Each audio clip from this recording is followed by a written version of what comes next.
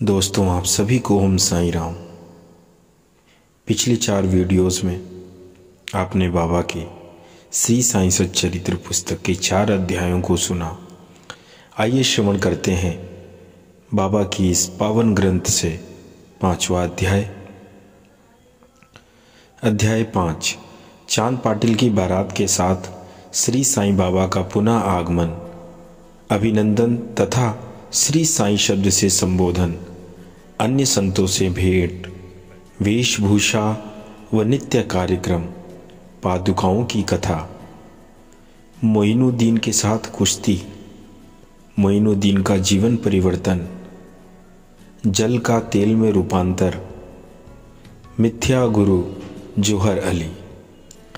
जैसा कि गत अध्याय में कहा गया है, मैं अब श्री साईं बाबा के शिरडी से अंतर्ध्यान होने के पश्चात उनका शिरडी में पुनः आगमन किस प्रकार हुआ इसका वर्णन करूंगा।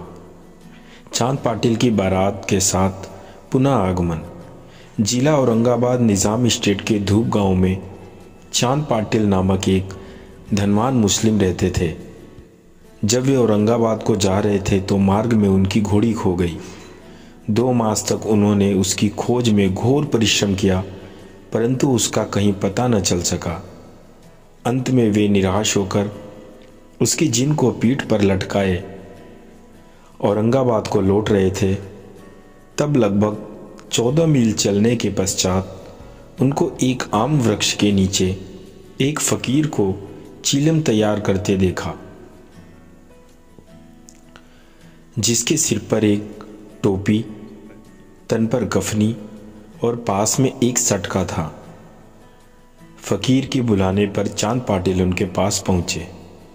जिन देखते ही फकीर ने पूछा, यह जिन कैसी? चांद पाटिल ने निराशा के स्वर में उस फकीर से कहा, क्या कहूँ, मेरी एक घोड़ी थी, वह खो गई है और यह उसी की जिन है। फकीर बोले, थोड़ा नाले की ओर भी तो ढूंढो। चांद पाटिल नाले के समीप गए तो अपनी घोड़ी को वहां पर चरते देखकर उन्हें महान आश्चर्य हुआ। उन्होंने सोचा कि फकीर कोई सामान्य व्यक्ति नहीं, वरन कोई उच्च कोटि का मानव दिखलाई पड़ता है। घोड़ी को साथ लेकर जब वे फकीर के पास लौट कर आए, तब तक चीलम भरकर तैयार हो चुकी थी। केवल 2 वस्तुओं की आवश्यकता रह गई थी। एक तो चीलम सुलगाने के लिए अग्नि और दूसरा साफी, जो कि एक कपड़ा होता है, उसको गीला करने के लिए जल। फकीर ने अपना चिमटा भूमि में घुसेड़कर ऊपर खींचा तो उसके साथ ही एक प्रज्वलित अंगारा बाहर निकला और वह अंगारा चीलम पर रखा गया। फिर फकीर ने सटके से ज्यों ही बलपूर्वक जमीन पर प्रहार किया, त्यों ही वहां से पानी निकलने लगा और उसमें साफी को भिगोकर चीलम को लपेट लिया। इस प्रकार सब प्रबंध कर फकीर ने चीलम पी और तत्पश्चात चांद पाटिल को भी दी। यह सब चमत्कार देखकर चांद पाटिल को बड़ा विस्मय हुआ।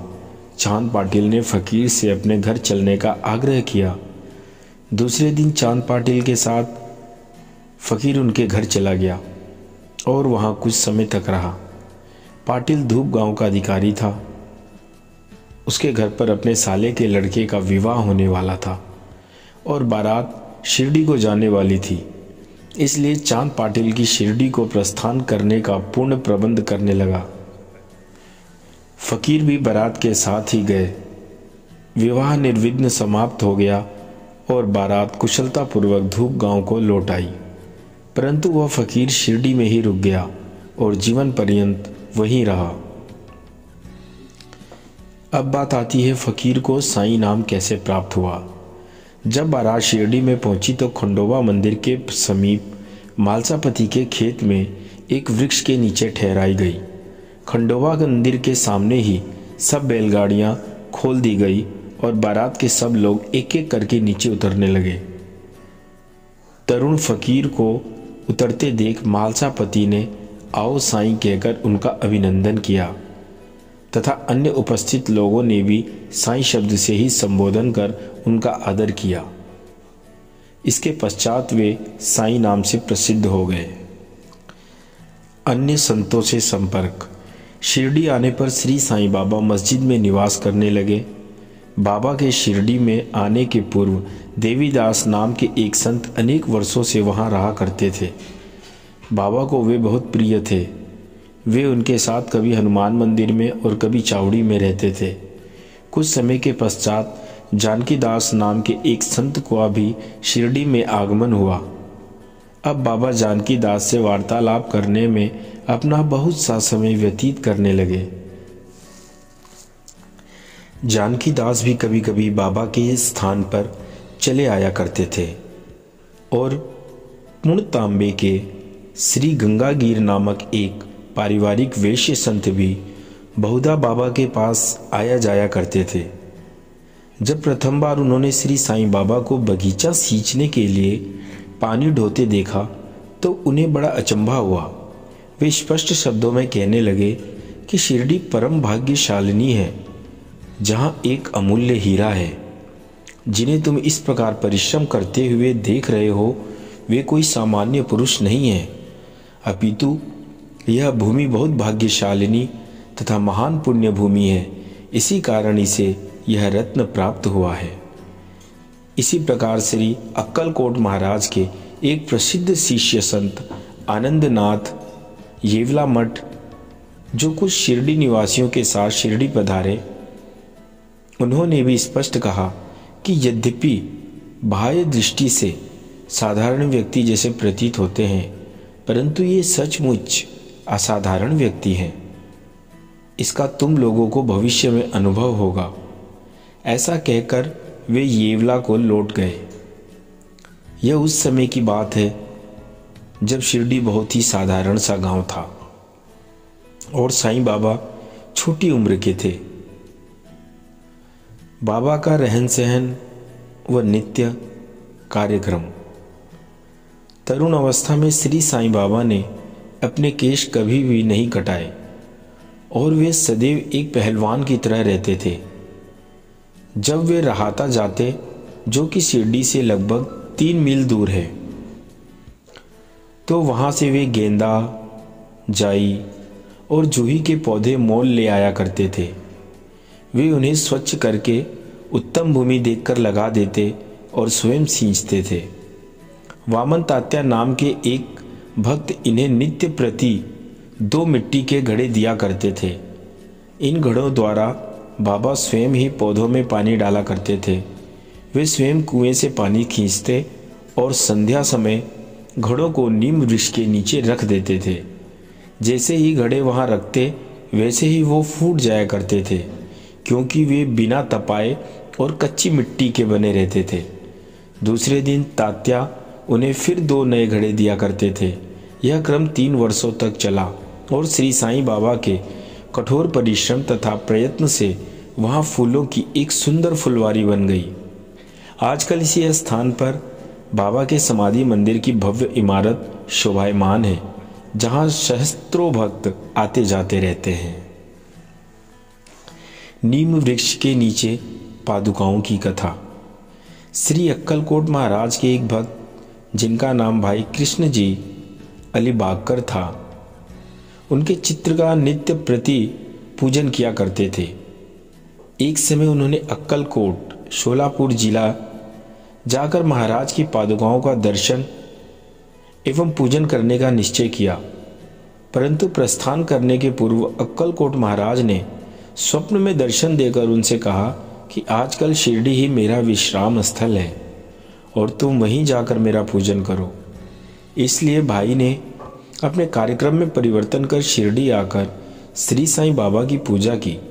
वे आनंदपूर्वक शिरडी में 6 मास रहे और इस स्वप्न की स्मृति स्वरूप उन्होंने पादुकाएं बनवाई। शक संवत 1834 में श्रावण में अर्थात सावन के महीने में शुभ दिन देखकर नीम वृक्ष के नीचे वे पादुकाएं स्थापित कर दी। दादा केलकर तथा उपासनी महाराज ने यथाविधि स्थापना उत्सव संपन्न किया। एक दीक्षित ब्राह्मण पूजन के लिए नियुक्त कर दिया गया और प्रबंध का कार्य एक भक्त सगुण मेरू नायक को सौंपा गया। कथा का पूर्ण विवरण। ठाणे के सेवानिवृत्त मामलतदार श्री बीवी देव जो श्री साईं बाबा के एक परम भक्त थे, उन्होंने सगुण मेरू नायक और गोविंद कमलाकर दीक्षित से इस विषय में पूछताछ की।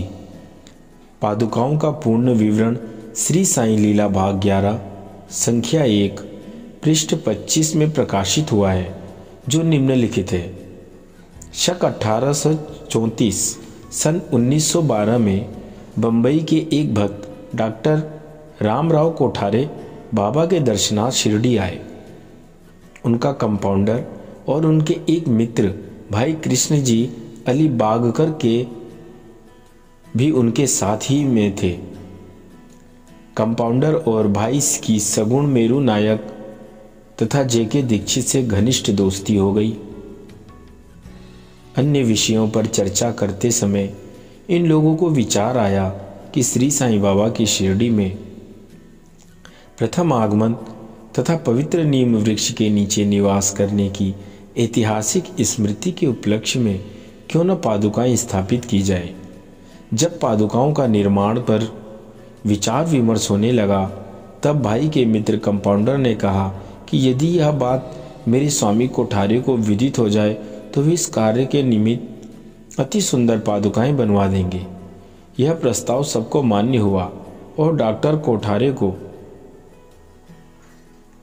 इसकी सूचना दी गई। उन्होंने शिरडी आकर पादुकाओं की रूपरेखा बनाई तथा इस विषय में उपासनी महाराज से भी खंडोवा के मंदिर में भेंट की।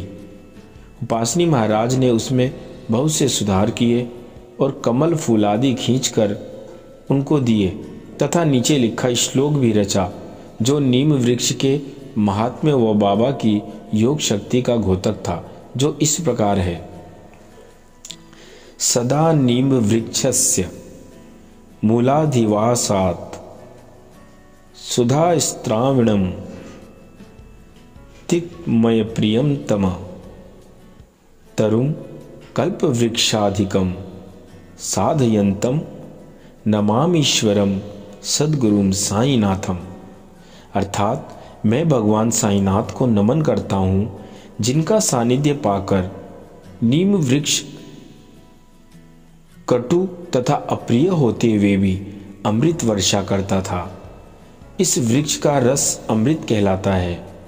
इसमें अनेक व्याधियों से मुक्ति देने के गुण होने के कारण इसे कल्प वृक्ष से भी श्रेष्ठ कहा गया है। उपासनी महाराज का विचार सर्वमान्य हुआ और कार्य रूप में भी परिणित हुआ। पादुकाएं मुंबई में तैयार कराई गई और कंपाउंडर के हाथों शिरडी भेज दी गई। बाबा की आज्ञानुसार इसकी स्थापना सावन की पूर्णिमा के दिन की गई। इस दिन प्रातःकाल 11 बजे जी के दीक्षित उन्हें अपने मस्तक पर धारण कर खंडोबा के मंदिर से समारोह और धूमधाम के साथ द्वारका माई में लाए। बाबा ने पादुकाएं स्पर्श कर कहा कि ये भगवान के श्री चरण हैं, इनकी नीम वृक्ष के नीचे स्थापना कर दो। इसके एक दिन पूर्व ही मुंबई के एक पारसी भक्त पास्ता सेठ ने 25 रुपए का मनी आर्डर भेजा। बाबा ने ये रुपए पादुकाओं की स्थापना के निमित्त दे दिए। स्थापना में कुल 100 रुपए व्यय हुए, जिनमें 75 रुपए चंदे द्वारा एकत्रित हुए। प्रथम 5 वर्षों तक डॉक्टर कोठारे दीपक के निमित्त 2 रुपए मासिक भेजते रहे। उन्होंने पादुकाओं के चारों ओर लगाने के लिए लोहे की छड़ी भी भेजी। स्टेशन से छड़ें ढोने और छप्पर बनाने का खर्च 7 रुपए 8 आने सगुण मेरू नायक ने दिए। आजकल जरबाड़ी पूजन करते हैं और सगुण मेरू नायक नैवेद्य अर्पण करते हैं तथा संध्या को दीपक जलाते हैं। भाई कृष्ण जी पहले अक्कलकोट महाराज के शिष्य थे।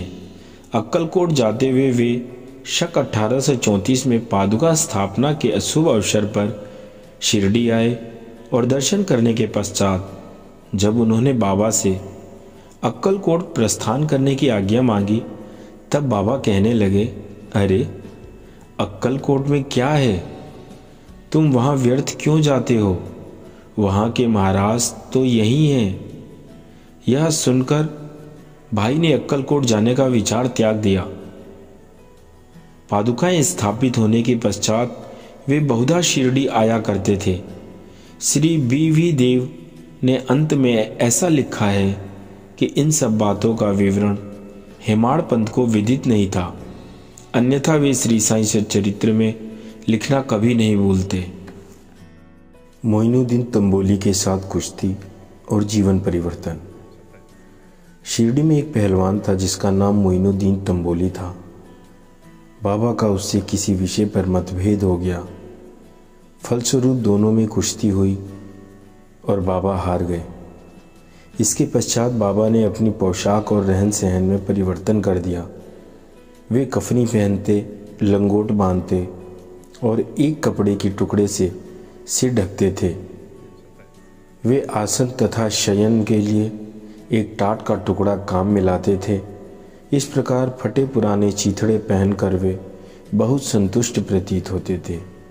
वे सदैव यही कहा करते थे कि गरीबी अव्वल बादशाही, अमीरी से लाख सवाई, गरीबों का अल्लाह भाई। गंगागीर को भी कुश्ती से बड़ा अनुराग था। एक समय जब वह कुश्ती लड़ रहा था, तब इसी प्रकार उसको भी त्याग की भावना जागृत हो गई। इसी उपयुक्त अवसर पर उसे देववाणी सुनाई दी, भगवान के साथ खेल में अपना शरीर लगा देना चाहिए। इस कारण वह संसार छोड़ आत्मानुभूति की ओर झुक गया। पुणतांबे के समीप एक मठ स्थापित कर वह अपने शिष्यों सहित वहां रहने लगा। श्री साईं बाबा लोगों से न मिलते और न ही वार्तालाप करते थे। जब कोई उनसे प्रश्न करता था कि वे केवल उतना ही उत्तर देते थे। दिन के समय वे नीम वृक्ष के नीचे विराजमान रहते थे। कभी कभी वे गांव की मेड़ पर नाले के किनारे एक बबूल वृक्ष की छाया में भी बैठा करते थे और संध्या को अपनी इच्छानुसार कहीं भी वायु सेवन को निकल जाया करते थे। नीम गांव में वे बहुधा बाला साहेब डेंगले के घर जाया करते। बाबा श्री बाला साहेब को बहुत प्यार करते थे। उनके छोटे भाई, जिसका नाम नाना साहेब था, द्वितीय विवाह करने पर भी उनको कोई संतान न थी। बाला साहेब ने नाना साहेब को श्री साईं बाबा के दर्शनार्थ शिरडी भेजा। कुछ समय पश्चात उनकी श्री कृपा से नाना साहिब के यहाँ एक पुत्र रत्न हुआ। इसी समय से बाबा के दर्शनार्थ लोगों का अधिक संख्या में आना प्रारंभ हो गया तथा उनकी कीर्ति भी दूर दूर तक फैलने लगी। अहमदनगर में भी उनकी अधिक प्रसिद्धि हो गई। तभी से नाना साहिब चंदोरकर, केशव चिदंबर तथा अन्य कई भक्तों का शिरडी में आगमन होने लगा। बाबा दिन भर अपने भक्तों से घिरे रहते और रात्रि में जीर्ण शीर्ण मस्जिद में शयन करते थे। इस समय बाबा के पास कुल सामग्री चीलम, तंबाकू, एक टमरेल, एक लंबी कफनी, सिर के चारों ओर लपेटने का कपड़ा और एक सटका था जिसे वे सदा अपने पास रखते थे।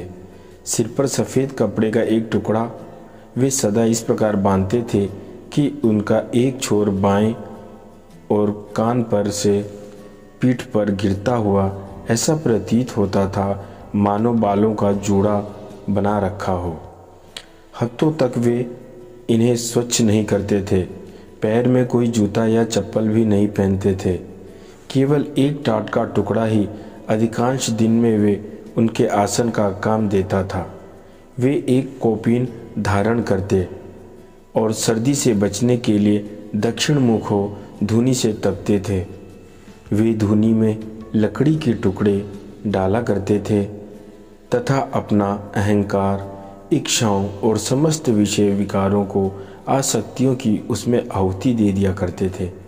वे अल्लाह मालिक का सदा उच्चारण किया करते थे जिस मस्जिद में वे पधारे थे उसमें केवल 2 कमरों के बराबर लंबी जगह थी और यही सब भक्त उनके दर्शनों के लिए आया करते थे। 1912 के पश्चात कुछ परिवर्तन हुआ। पुरानी मस्जिद का जीर्णोद्धार हो गया और उसमें एक फर्श भी बनाया गया। मस्जिद में निवास करने के पूर्व बाबा दीर्घ काल तक तकिया में रहे। वे पैरों में घुंघरू बांधकर प्रेम विहल होकर कभी कभी सुंदर नृत्य व गायन भी किया करते थे। और तेल में परिवर्तन। बाबा को प्रकाश से बड़ा अनुराग था। वे संध्या समय दुकानदारों से भिक्षा में तेल मांग लेते थे तथा दीपमालाओं से मस्जिद को सजाकर रात्रि भर दीपक जलाया करते थे। यह क्रम कुछ दिनों तक ठीक इसी प्रकार चलता रहा। अब बनिए तंग आ गए और उन्होंने संगठित होकर निश्चय किया कि आज कोई उन्हें तेल में भिक्षा न दे, अर्थात उन्हें भिक्षा में कोई भी तेल न दे। नित्य नियमानुसार जब बाबा तेल मांगने पहुँचे तो प्रत्येक स्थान पर उनका नकारात्मक उत्तर से स्वागत हुआ। किसी से कुछ कहे बिना बाबा मस्जिद लौट आए और सूखी बत्तियां दियों में डाल दी। बनिए तो बड़े उत्सुक होकर उन पर दृष्टि जमाए हुए थे। बाबा ने टमरेल उठाया जिसमें बिल्कुल थोड़ा सा तेल था। उन्होंने उसमें पानी मिलाया और वह तेल मिश्रित जल वे पी गए। उन्होंने उसे पुनः टीन पाट में उगल दिया और वही तेलिया पानी दियों में डालकर उन्हें जला दिया। उत्सुक बनियों ने जब दीपकों को पूर्ववत रात्रि भर जलते देखा तब उन्हें अपने किए पर बड़ा दुख हुआ। उन्होंने बाबा से क्षमा याचना की। बाबा ने उन्हें क्षमा कर भविष्य में सद्व्यवहार रखने के लिए सावधान किया। मिथ्या गुरु जौहर अली। उपयुक्त वर्णित कुश्ती के 5 वर्ष पश्चात जौहर अली नाम के एक फ़कीर अपने शिष्यों के साथ रहाता आए।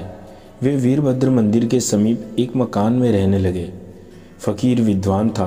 कुरान की आयतें उसे कष्टस्थ थी। उसका कंठ मधुर था। गांव के बहुत से धार्मिक और श्रद्धालु जन उसके पास आने लगे और उसका यथा योग्य आदर होने लगा। लोगों से आर्थिक सहायता प्राप्त कर उसने वीरभद्र मंदिर के पास एक ईदगाह बनाने का निश्चय किया। इस विषय को लेकर कुछ झगड़ा हो गया, जिसके फलस्वरूप जौहर अली राहता छोड़कर शिरडी आया और बाबा के साथ मस्जिद में निवास करने लगा। उसने अपनी मधुर वाणी से लोगों को मन को जीत लिया। वह बाबा को भी अपना एक शिष्य बताने लगा। बाबा ने कोई आपत्ति नहीं की और उसका शिष्य होना स्वीकार कर लिया। तब गुरु और शिष्य दोनों पुनः राहता में आकर रहने लगे। गुरु शिष्य की योग्यता से अनभिज्ञ था, परंतु शिष्य गुरु के दोषों से पूर्ण परिचित थे। इतने पर भी बाबा ने कभी उनका अनादर नहीं किया और पूर्ण लगन से अपना कर्तव्य निभाते रहे और उनकी अनेक प्रकार से सेवा की। वे दोनों कभी कभी शिरडी भी आया करते थे, परंतु मुख्य निवास राहता में ही था। श्री साईं बाबा के प्रेमी भक्तों को उनका दूर राहता में रहना अच्छा नहीं लगता था, इसलिए वे सब मिलकर बाबा को शिरडी वापस लाने के लिए गए। इन लोगों की ईदगाह के समीप बाबा से भेंट हुई और उन्हें अपने आगमन का हेतु बतलाया। बाबा ने उन लोगों को समझाया कि फ़कीर के आने के पूर्व ही आप लोग शिरडी लौट जाएं। इस प्रकार वार्तालाप हो ही रहा था कि इतने में फ़कीर आ पहुँचे। इस प्रकार अपने शिष्य को वहाँ से ले जाने का कुप्रयत्न करते देखकर वे बहुत ही क्रोधित हुए। कुछ वाद विवाद के पश्चात स्थिति में परिवर्तन हो गया और अंत में यह निर्णय हुआ कि फ़कीर व शिष्य दोनों ही शिरडी में निवास करें और इसलिए वे शिरडी में आकर रहने लगे। कुछ दिनों बाद देवीदास ने गुरु की परीक्षा की और उसमें कुछ नमी पाई। चांद पाटिल की बारात के साथ जब बाबा शिरडी आए थे, उसमें 12 वर्ष पूर्व देवीदास लगभग 10 या 11 वर्ष की अवस्था में शिरडी आए थे और हनुमान मंदिर में रहते थे।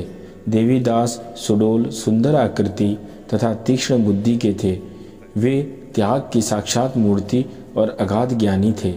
बहुत से सज्जन जैसे तात्या कोते, काशीनाथ व अन्य लोग उन्हें अपने गुरु समान मानते थे। लोग जौहर अली को उनके सम्मुख लाए। विवाद में जौहर अली बुरी तरह पराजित हुआ और शिरडी छोड़कर बैजापुर को भाग गया। वह अनेक वर्षों के पश्चात शिरडी आया और श्री साईं बाबा की चरण वंदना की। उसका यह भ्रम कि वह स्वयं गुरु था और श्री साईं बाबा उनके शिष्य अब दूर हो चुका था। श्री साईं बाबा उसे गुरु समान ही आदर करते थे। उसका स्मरण कर उसे बहुत पश्चाताप हुआ। इस प्रकार श्री साईं बाबा ने अपने प्रत्यक्ष आचरण से आदर्श उपस्थित किया कि अहंकार से किस प्रकार छुटकारा पाकर शिष्य के कर्तव्यों का पालन कर किस तरह आत्मानुभव की ओर अग्रसर होना चाहिए। ऊपर वर्णित तथा महालसापति की कथानुसार अगले अध्याय में रामनवमी का त्यौहार, मस्जिद की पूर्व हालत एवं पश्चात उसके जीर्णोद्धार इत्यादि का वर्णन होगा। श्री सद्गुरु साईनाथ अर्पणमस्तु। शुभम भवतु। ओम साई राम।